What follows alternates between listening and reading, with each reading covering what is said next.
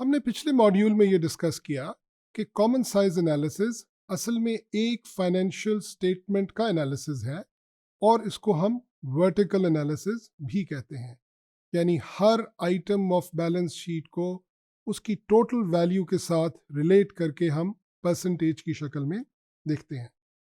Once we have performed a vertical analysis of a given year's financial statement, let's say balance sheet, then we can also compare it with another year's common sized balance sheet.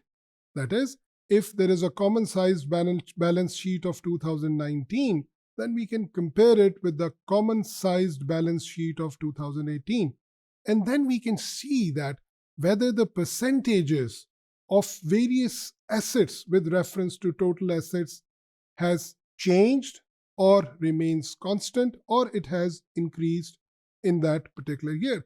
यानी जब हम common size vertical analysis perform कर लेते हैं तो फिर हम इसका ट्रेंड एनालिसिस भी कर सकते हैं, and that also gives us a very good idea whether our liquidity has improved or increased over a period of time as a percentage of our total assets, or you can say our profitability has increased or decreased over time, and likewise our liabilities and the ratio of the current and long-term liabilities. So everything can be seen if after completing the common size analysis of one particular year we do the comparison.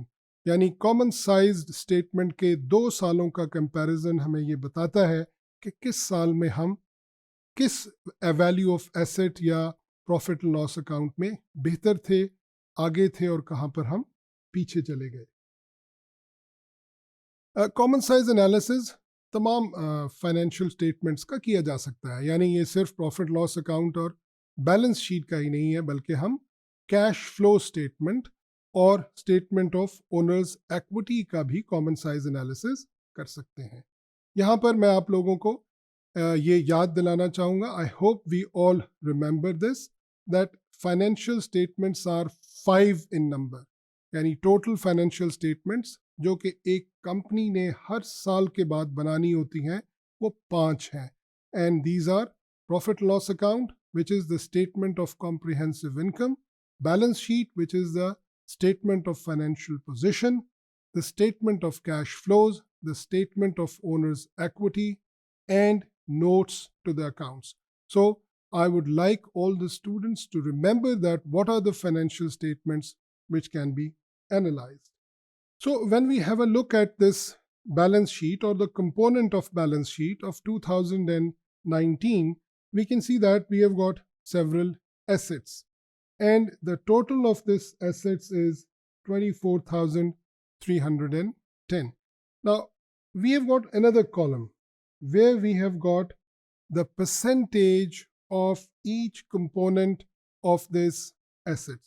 For example, if we look at inventories, inventories are 1,000 and the total value of balance sheet is 24,310. What is the percentage of 1,000 of 24,310? This is the value that we have got. It means the inventories are 4% of the total value of the assets. अब हम ये फैसला कर सकते हैं कि क्या inventories को 4% होना चाहिए या इससे कम और ज़्यादा होना चाहिए। अगर इन्वेंट्रीज को ज़्यादा होना चाहिए तो हम आने वाले वक्त में अपनी इन्वेंट्रीज को एनहांस करने की कोशिश करेंगे, और अगर इन्वेंट्रीज को कम होना चाहिए तो हम आने वाले वक्त में अपनी इन्वेंट्री को कम करने की कोशिश करेंगे।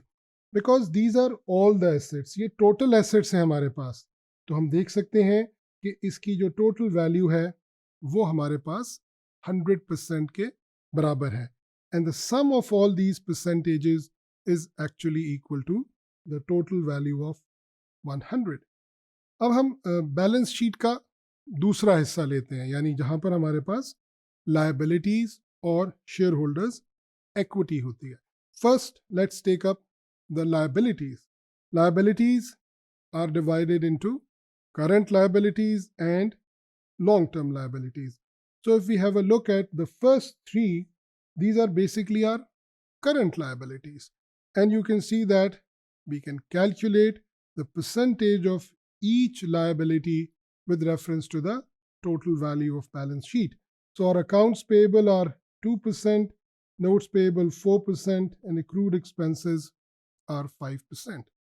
अब अगर हम बिजनेस पर अच्छा कंट्रोल रखना चाहते हैं तो क्या हमारी अकाउंट्स पेबल 2% ही होने चाहिए या इनको ज़्यादा होना चाहिए? Because accounts payable actually are spontaneous financing. Accounts payable असल में बगैर इंटरेस्ट पर मिलने वाला लोन या फाइनेंसिंग है जो बिजनेस के ऑपरेशन से खुद ब खुद अराइज होता है. तो कोई भी बिजनेस ये पसंद करता है कि उसके अकाउंट्स पेबल की अमाउंट ज़्यादा हो ताकि उसे बगैर इंटरेस्ट का लोन या फाइनेंसिंग मिल सके. सो इज दिस 2% गुड और not? Bye calculating this percentage we can decide, and whether we want to increase it or we want to decrease it in the future, we can make these decisions.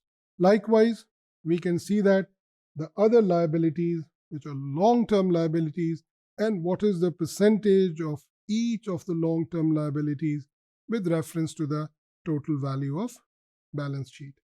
And at the end, the third one, and that is the equity or the shareholders equity, where we have got the four basic components which are generally there.